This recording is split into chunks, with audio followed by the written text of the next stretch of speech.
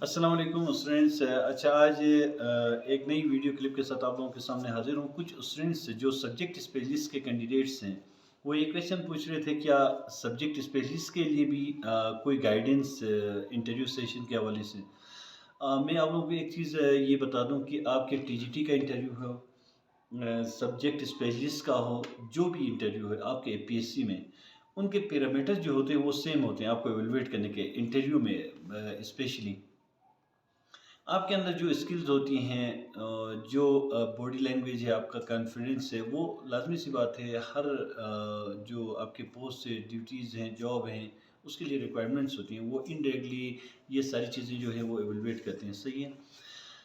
रही बात टीजीटी जो है, लाजमी सी बात है ट्रेंड ग्रेजुएट टीचर, आपकी ग्रेजुएशन डिग्री हो किसी भी सब्जेक्ट में, साथ प्रोफेशनल बीएड हो, तो आप अप्लाई कर सकते हैं। अब जितने भी कैंडिडेट होंगे, लाजमी सी बात है हर एक का डिफरेंट बैकग्राउंड होगा, तो क्वेश्चन आपसे जो पूछे जाएंगे वो उसी हिसाब से पूछे जा सकते हैं। आपका एक्सपीरियंस को फोकस करेंगे, आपकी एकेडमिक क्वालिफिकेशन को फोकस करेंगे, आपका एक्सपीरियंस को फोकस करेंगे।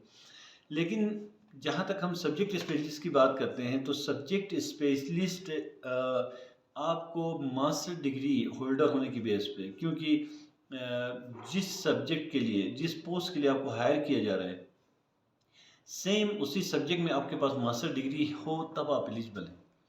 और अब यहाँ पे जो कंपटीशन है, फॉर एग्जांपल में एक स्टूडेंट ने मैथमेटिक्स के, कोई स्टूडेंट ने कहा था कि कोई इस तरह का ये क्वेश्चन, तो मैं मैथमेटिक्स का ही एग्जांपल दे देता हूँ। मैथमेटिक्स की कोई पोस्ट आई है सब्जेक्ट स्पेशलिस्ट की, वहाँ पे 100 कैंडिडेट्स हैं। अब वहाँ पे पोस्ट जो है कोई 17 के करीब है। अब यहाँ पे आपसे इंग्लिश का तो क्वेश्चन नहीं पूछेंगे ना, आपसे तो बायोलॉजी और फिजिक्स का कोई क्वेश्चन तो नहीं पूछेंगे, आपसे मैथमेटिक्स का ही पूछेंगे। और दूसरी बात ये है कि जो एरिया आपका स्ट्रांग होना चाहिए, वो सेम जिसके लिए आपको हायर किया जाता है ना, वो एरिया फोकस करेंगे। ये तो डन है। साथ में दूसरी बात ये है कि प्रोफेशनल डिग्री जो है, जैसे कि आपकी बीएड, वहाँ से भी क्वेश्चन पूछेंगे। तीसरा एक्सपीरियंस, आपके तीन ये एरियाज फोकस होने चाहिए। लेकिन आप एक चीज़ इग्नोर कर ही नहीं सकते, वो कौन सा? आपका अपना सब्जेक्ट। जैसे मैथमेटिक्स में आप एक सब्जेक्ट स्पेशलिस्ट अप्लाई कर रहे हैं, तो आपका जो स्ट्रॉन्ग पॉइंट है, आप कहीं पे भी कंप्रोमाइज़ नहीं कर सकते। यहाँ पे मैं एक चीज़ आपको बता दूँ, जैसे मैं टीजीटी में कह रहा था कि क्वेश्चन 5, 6, 7 गलत हों, कोई इशू नहीं, कॉन्फिडेंस के साथ। यहाँ पे थोड़ा ख्याल रखिएगा।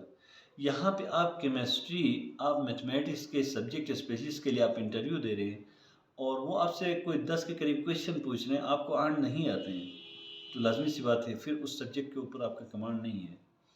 और बहुत सारे जो हैं आजकल जो अप्लाई किए हुए हैं, जिन जो मेरिट पे हैं, वो मुझसे कांटेक्ट कर रहे हैं, तकरीबन सारे एमफिल एमएस डिग्री होल्डर्स हैं। आप किसी सब्जेक्ट में एमएस हैं, एमफिल हैं, तो ये एक्सपेक्ट करते हैं वो कि आपको उन सारी चीज़ों के बारे में नॉलेज होनी चाहिए, इन्फॉर्मेशन होनी चाहिए। जो भी क्वेश्चन वो आपसे पूछेंगे, आपको हर एरिया, हर एंगल से प्रिपेयर करना होगा अपने सब्जेक्ट को। सही है। अब दूसरी बात जो है, लेकिन याद रखिएगा, अब ये फिर वही वो टेंशन वाली बात की स्ट्रेस लेके मुझे ये क्वेश्चन मुझसे गलत हो गया, तो अब उसमें वो कॉन्फिडेंस लूज़ करने वाली कहानी नहीं होनी चाहिए।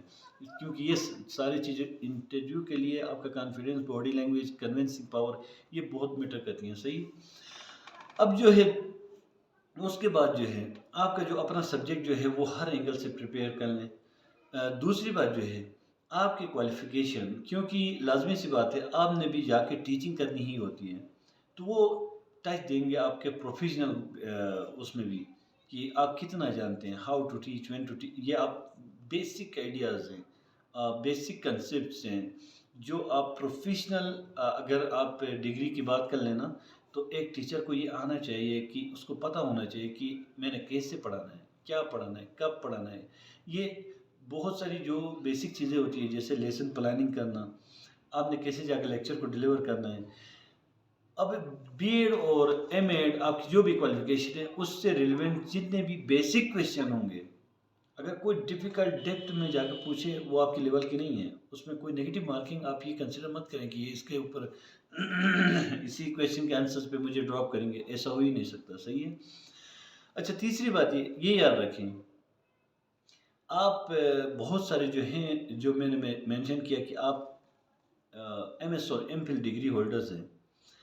अब हम शुरू में क्या करते हैं, जब डॉक्यूमेंट सबमिट करने होते हैं ना, उस वक़्त हम जितनी भी डिग्रियाँ हैं हमारे पास, रिलेवेंट हो, इर्रेलेवेंट हो, सब डाल देते हैं।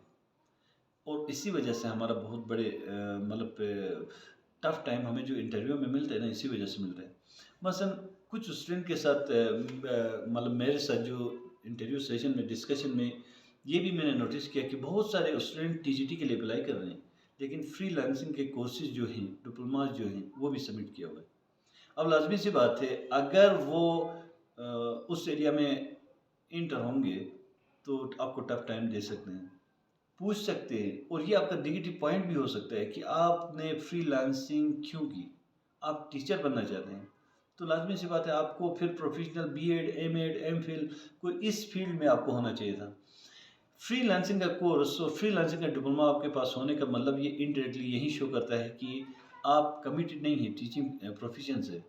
आप देख रहे हैं कि कहीं पे भी मुझे जॉब मिल जाए, मैं उसको जॉइन कर लूँ। मतलब इनडायरेक्टली ये शो कर रहा है कि फ्रीलांसिंग का कोर्स भी आपके पास होने का मतलब ये है कि आप इतने कमिटमेंट नहीं है आपकी टीचिंग प्रोफेशन के साथ, कि जो एक आप शो करना चाहिए ना कि इंटरव्यू में, कि मैं, मेरे अंदर जो स्किल्स हैं इस प्रोफेशन को सूट करती हैं, और मैं बड़ा कमिटेड हूँ इस प्रोफेशन के साथ। मैं इसके लिए ही मैंने ये डिग्रीज की हैं, जो बीएड, एमएड, और मैट्रिक के बाद जब से मैंने होश संभाला है, मैं किसी भी रीज़न से इस डिपार्टमेंट को जो मतलब जॉइन करना चाह रहा था, इसलिए ये सारी जद्दोजहद मैंने करके यहाँ तक मैं पहुँचा हूँ। अब आप यहाँ 2-3 डिग्रियाँ इर्रेलेवेंट जो आप ऐड कर रहे हैं, जो जैसे कि फ्रीलांसिंग हो गई, इधर-उधर की जो डिप्लोमास, वो आपके लिए, मैं जो समझता हूँ कि आपके लिए एक नेगेटिव मार्किंग है। नेगेटिव मार्किंग उसकी वजह से आपने ये क्यों सबमिट किया, आपके मार्क्स काटेंगे नहीं, लेकिन इनडायरेक्टली उनके माइंड में एक चीज़ आ जाती है कि ये स्टूडेंट जो है फ्रीलांसिंग में इंटरेस्टेड है। रिसेंटली क्योंकि आपने जो डिप्लोमास जो किए हुए हैं, वो रिसेंटली किए हुए ना, तो हमेशा ये याद रखें, जब डिग्रीज़ अब आपने सबमिट की है ना, एक चीज़ और याद रखें, उसको जस्टिफ़ाई करने के लिए आपके पास अब रीज़न तैयार करें। वो आपसे ये क्वेश्चन पूछेंगे, आप टीचिंग में आना चाह रहे थे, आपने बीएड किया था, एमएड किया था, एमफिल किया था, क्यों आपने ये फ्रीलांसिंग की तरफ आपने ये डिप्लोमा क्यों किया? अब लाज़मी सी बात है, आप यही क्वेश्चन पूछेंगे, हाँ, इसका आंसर तो कोई मुश्किल ही नहीं है। कहोगे कि सर आपको पता है आजकल जो है ग्लोबल विलेज, डिजिटल हर चीज़, और ये फ्रीलांसिंग की मार्केट जो है, वो हम उसको नेगलेक्ट नहीं कर सकते। अब नहीं कर सकते, तो फिर वापस टीचिंग की तरफ क्यों आ रहे हैं? अब यहाँ पे आप अटक जाओगे। आप उसका आंसर दे रहे हो ना, तो आप याद रखिए नेक्स्ट कोई दूसरी क्वेश्चन तैयार हो रही है उसके, उस आपके आंसर से ही। तो इसलिए अभी से ही प्रिपेयर कर लें। इस तरह की कोई इर्रेलेवेंट डिग्री आपने सबमिट की है ना, उसको जस्टिफाई करने के लिए अपना कोई इस तरह का लॉजिक रीज़न, कि वो वहीं पे ही खत्म हो, दूसरी क्वेश्चन क्रिएट ना हो। अभी से ही प्रिपेयर कर लें, ऐसा आंसर सही है। चौथा पॉइंट जो है, जो मैंने कहा था ना कि मसलन सब्जेक्ट स्पेशलिस्ट के लिए मैथमेटिक्स का सब्जेक्ट स्पेशलिस्ट का वो टेस्ट हुआ था। अब वहाँ पे आप लोगों ने डॉक्यूमेंट सबमिट किए हैं, बहुत सारे स्टूडेंट जो हैं मैथमेटिक्स में ही उन्होंने एमफिल किया हुआ है। अब वो ये परेशान मत हो जाए कि मैंने एमफिल किया हुआ है, तो फिर मैंने ये सबमिट क्यों किया, रिक्वायरमेंट जो थी वो तो मास्टर डिग्री थी। आपने सबमिट किया नहीं, ये आपका प्लस पॉइंट है, सही है, लेकिन अपनी डिग्री को जस्टिफाई करें तब प्लस पॉइंट है, सही है। अब एमफिल वाले से लाजमी नहीं है कि सिर्फ मैथमेटिक्स के ही क्वेश्चन पूछेंगे। मैथमेटिक्स का जो बैकग्राउंड जो मास्टर डिग्री होल्डर से पूछेंगे ना, वो एमफिल वाले से भी वही पूछेंगे, सही है। उससे ज़्यादा डेप्थ में जाकर नहीं, वो तकरीबन सेम लेवल के ही पूछते हैं। एमफिल वाले से कुछ रिसर्च के बारे में क्वेश्चन पूछेंगे, सही है। लाज़मी सी बात है, आपने एमफिल किया हुआ है, एमएस किया हुआ है, तो आपका एक रिसर्च वो होगा, थीसिस होगा।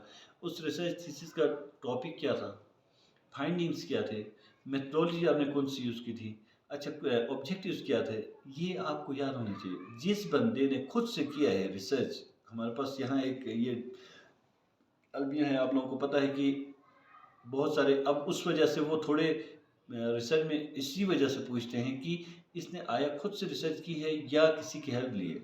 उसको पता भी नहीं होगा कि इसकी अपनी फाइंडिंग्स क्या है, इसलिए पूछते हैं तो आपको। और जो बंदा खुद से रिसर्च करता है ना, उसको अपनी फाइंडिंग्स हमेशा याद रहती हैं, सही है। तो अगर आपको किसी की हेल्प की ज़रूरत पड़ी थी और आपको अपनी फाइंडिंग्स याद नहीं है, तो अपनी फाइंडिंग गो थ्रू कर लें। पूरा रिसर्च प्रोजेक्ट जो है ना एक दफ़ा कि मेरे ऑब्जेक्टिव्स क्या थे, फाइंडिंग्स क्या थी, मेरे प्रॉब्लम स्टेटमेंट क्या थी, मैंने इस टॉपिक को चुना क्या था, क्यों था, और मेथोडोलॉजी क्या थी, मेरी सैम्पलिंग सैम्पलिंग टेक्निक कौन सी यूज़ किया था, टेस्ट कौन से अप्लाई किए थे, आया ये क्वांटिटेटिव रिसर्च था या क्वालिटेटिव था, सारे सब कुछ आपको याद होनी चाहिए। सही है, एक दफ़ा गो थ्रू कर लें। ये चीज़ें थी। बाकी जो है ना कॉन्फिडेंस, मैं एक बार फिर बता दूं, इंटरव्यू के लिए चाहे एसएसटी हो, टीजीटी हो, ओटीटीएम, पीटी, जो भी इंटरव्यू हो, आपके जो स्किल्स हैं वो बहुत मैटर करती हैं। आपका कॉन्फिडेंस हमेशा याद रखें। 100 स्टूडेंट्स से कैंडिडेट्स हैं 17 मैथमेटिक्स की एसएसटी पोस्ट के लिए। मैंने अभी जो एग्जांपल दिया था, 100 के 100 जो हैं वो एमएस या मास्टर लेवल के हैं। उससे कम रिक्वायरमेंट चाहिए भी नहीं एसएसटी के लिए। अब मास्टर लेवल के जितने स्टूडेंट हैं उनमें से अगर 15 क्वेश्चन किसी से पूछेंगे तो 5 ही गलत हो सकते हैं, ज़्यादा से ज़्यादा, उससे ज़्यादा हो ही नहीं सकते। तो मतलब ये हो गया कि आपका क्वेश्चन किसी के 11 ठीक हो सकते हैं, किसी के 10, किसी के 9। एक क्वेश्चन से इतना वो मैटर नहीं करता। आपका कॉन्फिडेंस मैटर करेगा सिलेक्शन में, आपकी बॉडी लैंग्वेज मैटर करेगी, आपका एक्सपीरियंस कि किस तरीके से आप डील करते हो उनको, आपका जो मतलब कन्विंसिंग पावर है, वे ऑफ स्पीकिंग है, और सुनने के बाद हमेशा याद रखें जब वो क्वेश्चन पूछे ना, क्वेश्चन ख़त्म करने का इंतज़ार कर लें कि वो क्वेश्चन क्या पूछना चाह रहे हैं, बैठ के गौर से सुन लें। जब वो एंड करते हैं ना क्वेश्चन, तब आप अपना आंसर स्टार्ट कर लें, और आंसर ब्रीफ होना चाहिए कि उनको दोबारा से उसी आपके जो आंसर है ना उसमें क्वेश्चन पूछ के वो आंसर कंप्लीट नहीं करें। आप आंसर इस तरीके से ब्रीफ आंसर दे दें, वो नेक्स्ट क्वेश्चन की तरफ चले जाए। सही है, तो ये इन चीज़ों का ख्याल रखिएगा। अगर कोई दूसरी कोई कन्फ्यूजन इंटरव्यू सेशन के हवाले से कोई इस तरह का वो है तो आप पूछ सकते हैं। सही है, ओके, अपना ख्याल रखिएगा। Best of luck all SST and TGT aspirants. अल्लाह हाफिज़।